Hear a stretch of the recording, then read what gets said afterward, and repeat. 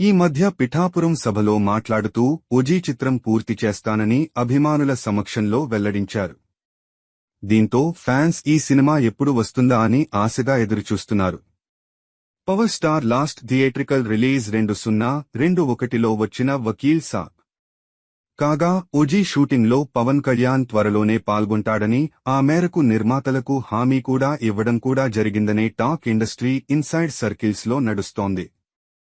మరోవైపు సురేందర్ రెడ్డి దర్శకత్వంలో ఎస్ఆర్టీ బ్యానర్లో రామ్ తాళ్లూరి ఓ చిత్రాన్ని నిర్మించనున్నట్టు గతంలో ప్రకటించాడు.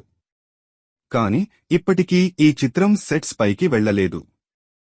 ఈ విషయమై నిర్మాత రామ్ తాళ్లూరిని ఓ సినిమా విలేఖరి ప్రశ్నించగా నిర్మాత మాట్లాడుతూ, కథ లాక్ చేశాం, నిర్మాణ పరంగా అన్ని సెట్ చేసుకున్నాం.